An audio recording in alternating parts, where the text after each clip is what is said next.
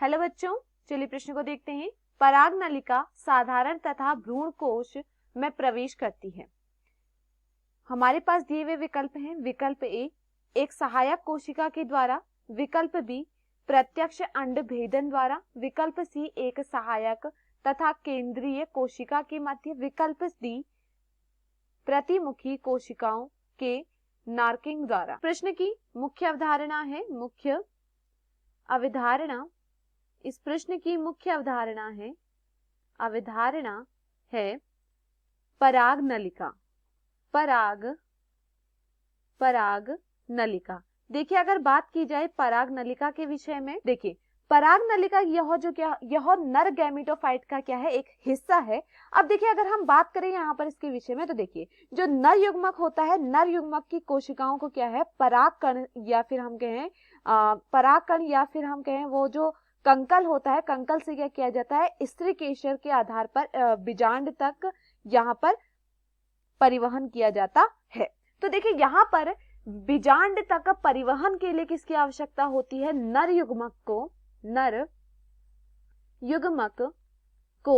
बीजांड तक पहुंचने के लिए किसकी आवश्यकता होती है, बीजांड तक पहुंचने के लिए यहाँ पर आवश्यकता होती है पराग नलिका की। बिना पराग नलिका की सहायता से यह नहीं हो सकता है। जब एक पराग नलिका बनती है तभी क्या होता है, एक नर युग्मक प्रवेश कर सकता है। तो देखिए यहाँ पर क्या होता है, यहाँ पर जो कार्य हो रहा है, यहाँ पर यह कार्य होता है एक नलिका के द्वारा।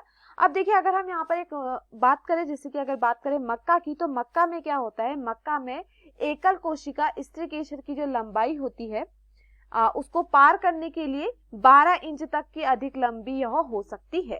जो पराग नलिका है, देखिए मक्के में क्या होता है, यह जो पराग नलिका होती है यह कितनी लंबी हो सकती है, यह 12 इंच तक क्या हो सकती है, लंबी हो सकती है।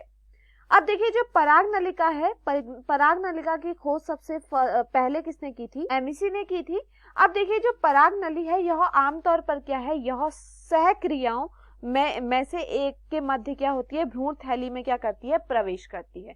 अब देखिए, अगर हम यहाँ पर बात करें एक पुष्प को ही अगर हम देखें, तो देखिए पुष्प में देखिए यहाँ पर क्या होता है, देखिए अगर हम यहाँ पर बात करें तो देखिए यहाँ पर यह समझिए कि यहाँ पर क्या है, यहाँ पर कोई एक यहाँ पर क्या आया, यहाँ पर पराग आया। अब देखिए उससे पहले क्या होगा, एक पराग नलिका का निर्माण होगा और यह पराग नलिका क्या होगी, पराग नलिका के निर्माण किस प्रकार होगा, देखिए यह निर्माण तभी हो सकता है जब यहाँ पर क्या होती है, ये देखिए यह क्या है, यहाँ पर देखिए यह अंड कोशिका है, यह क्या है, यह एक क्या है, अंड कोशिका है। और अंड कोशिका के साथ क्या होती हैं, दो सहायक कोशिका होती है, इसके साथ क्या होती है, दो सहायक कोशिका होती हैं। तो यह सहायक कोशिका जब तक एक रसायन स्रावित नहीं करती है तब तक क्या है, यहाँ पर जो नर युग्मक होता है, यह नर युग्मक क्या है, यहाँ पर नहीं प्रवेश नहीं कर सकता है। यहाँ पर पराग नलिका का तभी यहाँ पर पराग नलिका बनेगी जब क्या होगा, यह सहायक कोशिकाएं क्या करेंगी, एक रसायन को स्रावित करेंगी।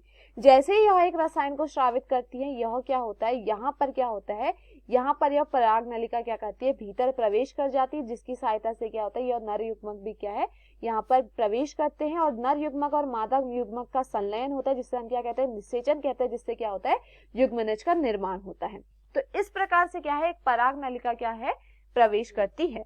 अब देखिए यहाँ पर क्या किया गया है, प्रश्न में पूछा गया कि पराग नलिका साधारण तथा भ्रूण कोश में प्रवेश करती है। हमारे पास दिए हुए विकल्प हैं। विकल्प ए दिया गया है एक सहायक कोशिका द्वारा, तो यहाँ पर सही है। विकल्प बी दिया गया है प्रत्यक्ष अंड भेदन द्वारा, तो यह यहाँ पर गलत होता है। विकल्प सी दिया गया है एक सहायक तथा केंद्रीय कोशिका के मध्य, तो यह भी यहाँ पर गलत होता है। विकल्प डी दिया गया है प्रतिमुखी कोशिकाओं की नार्किंग द्वारा, तो यह भी यहाँ पर क्या होता है, गलत। तो दिए हुए विकल्पों में हमारा सही विकल्प है विकल्प ए। मैं आशा करती हूँ आपको ये समझ में आया हो। धन्यवाद।